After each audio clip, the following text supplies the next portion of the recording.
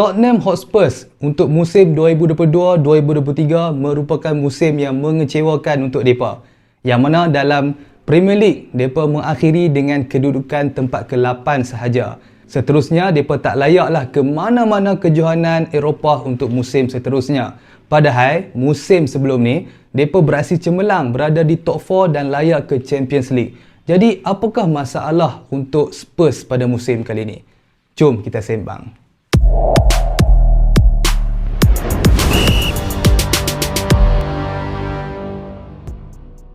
Assalamualaikum, selamat kembali ke channel Jasrin Football. Bersama aku Faris Ikuan. Dalam video ni kita nak sembang lah pasal prestasi Tottenham Hotspur untuk musim kali ni. Spurs bermula musim ni dengan manager yang sama, iaitu Antonio Conte, dan mereka bermula dengan langkah kanan.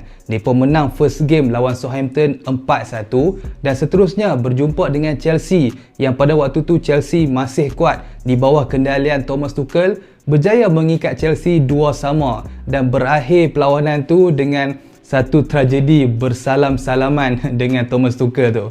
Jadi pada awal season, Spurs ni 8 game mereka main tanpa kalah langsung. Dan dalam tu juga mereka merekodkan kemenangan terbesar mereka. Menentang Leicester City, menang 6-2. Dan dalam perlawanan tu, Son Heung-min masuk pada second half menjaringkan hat-trick. Jadi pada waktu tu, semuanya indah untuk fans Spurs ni.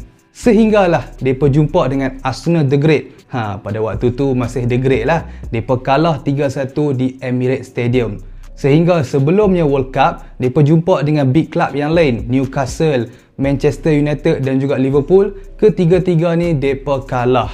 Tapi bagi pentas Champions League, Spurs beraksi dengan sangat cemerlang yang mana mereka berakhir di grouping stage tu berada di tempat yang pertama. Tapi dalam grouping tu tak ada lah power sangat. Ada Marseille, ada Eintracht Frankfurt dan juga ada Sporting Lisbon. Mereka hanya merekodkan satu kekalahan saja berlawan dengan Sporting Lisbon di Portugal. Untuk piala domestik, Piala Carabao, Spurs diundi pada pusingan ketiga berjumpa dengan sebuah kelab yang tercorot pada ketika itu dalam Premier League, iaitu Nottingham Forest. Yang mana kita tahu Nottingham Forest pada awal season memang menjadi kelab belasahan lah. Kena dengan MC 6-0 kan. Jadi Spurs pula menurunkan skuad yang kuat untuk lawan dengan Forest ni. Tapi end up game tu mereka kalah 2-0. Hasil jaringan Renan Lodi dan juga Jesse Lingard. Seorang player yang gaji lebih kurang dengan Harry Kane, tapi kualiti memang jauh gila beza. Jesse Lingard power lagi.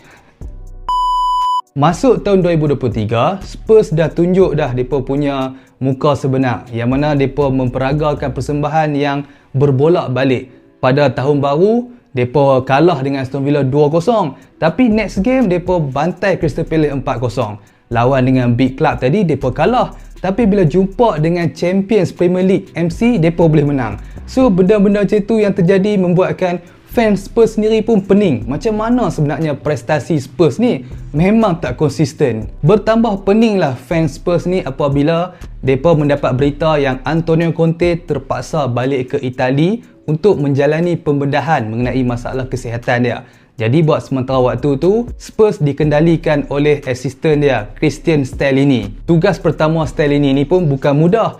Di round of 16 Champions League, Spurs berjumpa dengan semi-finalis iaitu AC Milan. First leg lawan dengan AC Milan di Itali, mereka kecundang 1-0. Kalah tipis saja. Dan dekat home, mereka hanya mampu seri 0-0 saja.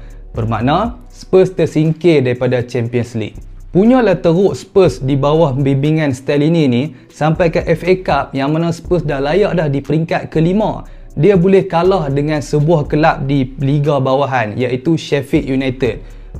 Memang teruklah rekod Stellini ni dekat Spurs. Tapi nak buat macam mana kan, sementara nak tunggu Conte balik ke Spurs. So terpaksalah Stellini ni ambil alih dan owner pun tak boleh nak tukar serta-merta kan dengan apa yang terjadi dalam kejurulatihan Spurs pada waktu tu.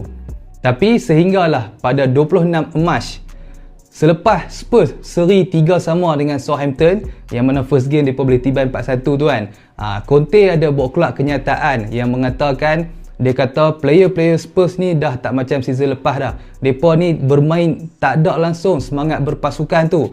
Dan Conte tambah lagi, dia pergi kritik juga owner. Dia kata owner ni, Daniel Levy ni, dah pegang kelab Spurs ni lebih pada 20 tahun dah. Untuk mengetahui hampa, Daniel Levy start pegang Tottenham Hotspur ni sejak 2001 lagi. Memang dah lama gila dah. Dan Conte kata sepanjang punya lama tu langsung Spurs ni tak ada cup. So bermasalah lah dekat situ kan. Conte dah cari pasal. Hasilnya Conte dipecat serta merta. Seterusnya digantikan dengan Ryan Mason, yang mana Danny pun pernah handle Spurs juga. Berbaki lagi 6 perlawanan, Ryan Mason berjaya mencatatkan 2 kemenangan, 1 seri dan 3 kalah. Final match day tu, walaupun mereka menang bergaya dengan Leeds United 4-1, tapi tak dapat nak tahan daripada Aston Villa yang juga menang lawan Brighton dan membawa Aston Villa ke kejuaraan Eropah iaitu UECL. Maka untuk next season, Spurs hanya fokus kepada Liga dan juga piala domestik sahaja. Jadi apakah seterusnya untuk Spurs ni? Buat masalah ni, untuk position manager tu, Spurs masih tengah survey lah mana manager yang mereka nak. Sama ada mereka nak ambil manager yang ada prospek ataupun mereka go for manager yang dah big name dah, iaitu Luis Enrique. Mana-mana pun tak kisahlah, janji owner ni kena pandai kau team lah dengan manager tu. Sebab setiap manager ni mereka ada angin dia sendiri kan. Even Mourinho dengan Conte yang selalu menang piala, bila mai ke Spurs pun tak boleh juga bawa piala.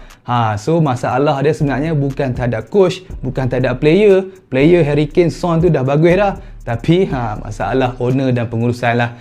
Untuk para pemain pula, ada beberapa player yang dah nak habis kontrak dah musim ni. Macam Lucas Moura, dia dah habaq dah, dia nak belah. Dia dah tak mau stay dah. Yang player-player lain tak tahu lagi, macam Clement Lenglet, Pedro Porro, Kulusevski. Untuk player bintang daripada Harry Kane pula, dia ada lagi kontrak setahun lagi. Danny pun pandai-pandai pergi sign kontrak selama 6 tahun pada 2018. Kalau lah dia sign kontrak 5 tahun je pada waktu tu, tahun ni settle lah, habis kontrak boleh go for free agent kan. Yang ni ada lagi setahun, so terpaksa lah kelab-kelab mana yang nak ambil dia kena bayar juga lah. Dan Daniel Levy ni pun memang tak mau lepas. Dulu MC nak ambil Harry Kane pada 2021, bukan main payah Daniel Levy nak lepas lah, letak harga tinggi. Lalah Kane terpaksa bermain lagi dengan Spurs. So pada transfer window kali ni memang ramai nak ambil Harry Kane. Lagi-lagi MU tu mereka pun tak ada striker yang betul-betul solid kat depan tu. So target utama mereka antaranya Harry Kane lah confirmnya. Jadi itulah sedikit sebanyak mengenai prestasi Spurs ni. Kalau hampa suka, hampa tekan like. Kalau ada fans Spurs yang tengah tengok video ni, komen dekat bawah apa perasaan hampa dan apa hampa punya expectation untuk musim hadapan. Alright, dan akhir sekali jangan lupa subscribe channel Jaslin Football. Bersama aku Faris Ikhwan, kita berjumpa lagi. Assalamualaikum.